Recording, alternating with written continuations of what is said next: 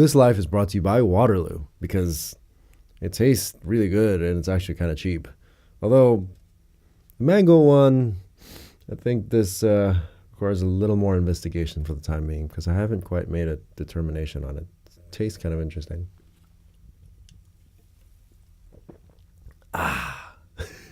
Where the hell am I supposed to post my videos? Vimeo, Instagram TV, Facebook, YouTube? In today's episode, we're going to talk about where to post your videos and some best practices to make the most out of that particular platform. So stay tuned after the intro.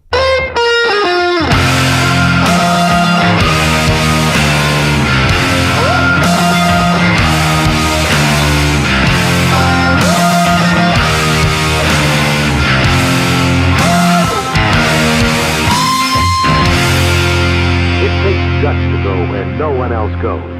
What's going on? It's Mark with Echelon Media, and welcome to the Echelon broadcast, where every week I present information to you that you can use to elevate your story and use videos to share the story of your business or entrepreneurial venture with the world. In today's episode of the Echelon broadcast, we're going to talk about where to post the videos that you've created up to this point and some best practices to make the most out of that platform. But before we continue, I just want to make sure that you subscribe to Echelon Media and you also hit that little notification bell next to the subscribe button so you stay up to date with these videos as they drop every single week. So our first point, where is the best place to publish your videos? And that would be YouTube. And the reason why I say this and I harp on this every time is that YouTube happens to be the second most used search engine in the world. On top of this, people are looking for very specific things on YouTube besides the usual viral stuff. And this next point is you want to make sure that you keep it short because most people do have tiny attention spans. You want to craft the information to be as quick and easily consumable as you possibly can. Create videos for them, meaning your audience. And by that I mean create how-tos because most people, when they come to YouTube, actually use it exactly as a search engine. And most people are more interested in seeing how to do something rather than reading about it. And if you can provide some sort of value-driven information for them to build rapport and trust in you so that they can develop a relationship with you. And that actually takes advantage of the way that the platform works. Now that was the quick Cribs Notes version of this video. If you happen to want to see more, actually stick around and I'll go a little bit deeper into those three main points and I'll actually have a little bonus at the end. Before we continue though, I want to make sure that you subscribe to Echelon Media and of course, hit that notification bell so you can stay up to date with these videos as they drop every single week. Now, as I've mentioned before, and I keep harping on this point, YouTube is just the second or third most used platform in terms of search next to Google.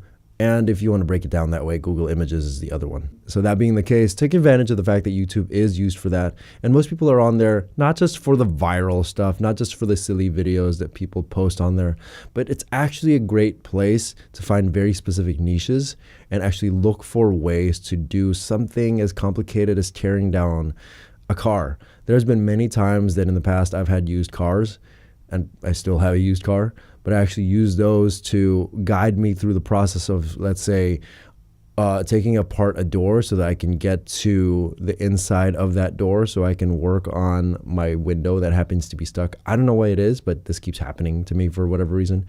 Every car that I've had for the past few years always has window issues, and I think that may be because I'm a little too aggressive with the window controls. I don't know.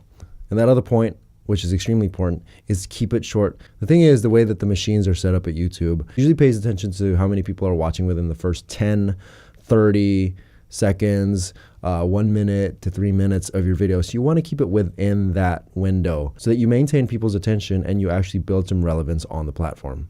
But that being the case, like I said before, create how-to videos so you don't run the risk of blabbering on forever about some point that most people are probably going to tune out about. Now, as an added point to this, you're probably going to look at YouTube and think, I want to do vlogs. I want to do all these other things that most other YouTube creators tend to do. But the thing you have to remember is that a lot of these people have established themselves on the platform for a long, long time. And to be honest, even though vlogs are very popular, vlogging is actually not the best way to create the most traction on this platform simply because no one knows you. And that's not to say that you're a terrible person or no one will ever know you down the road, but that you actually offer some kind of usable information that they can apply to their day-to-day life. So now that you've got your points, which is to take advantage of YouTube as your platform of choice, make sure that the content is short and value-driven, and also make it so that it's crafted for the people that are going to want to look into whatever it is that you do and make sure that you provide them with some kind of value. I'm going to give you a little bit of a bonus.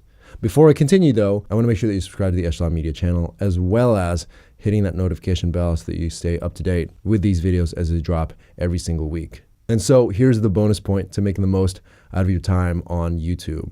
You have to be consistent. So as best as you possibly can, make sure that you create videos on a pretty consistent basis. Or what you can do is actually batch them, which means you sit down and crank out a few videos at a time, and you can try and release them once a week, which makes it easy enough.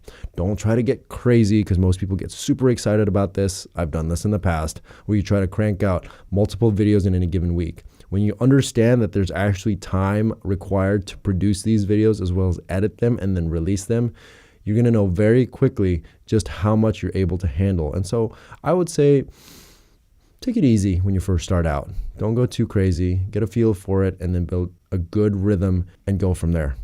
Did you happen to like this video? If you did, go ahead and give it a thumbs up. And if you didn't, go ahead and leave a comment down below so that I know exactly what it is that bugged you about it. And if you happen to have any questions about anything that I discussed in this particular video about making use of YouTube and some best practices around it. If you enjoyed this video, want to see more of it, or you just want to make sure that you stay up to date with upcoming videos, because I do drop these every single week, go ahead and hit the subscribe button and make sure that you hit the notification bell right next to that so you can stay aware of every single time that I release these on a weekly basis. Thanks again for joining me on another Echelon broadcast. I hope that the information that I provided here has been useful for you and it's something applicable for your small business or whatever entrepreneurial adventures that you happen to be on. As always, my name is Mark with Echelon Media, helping you elevate your story. Peace out, and I'll see you.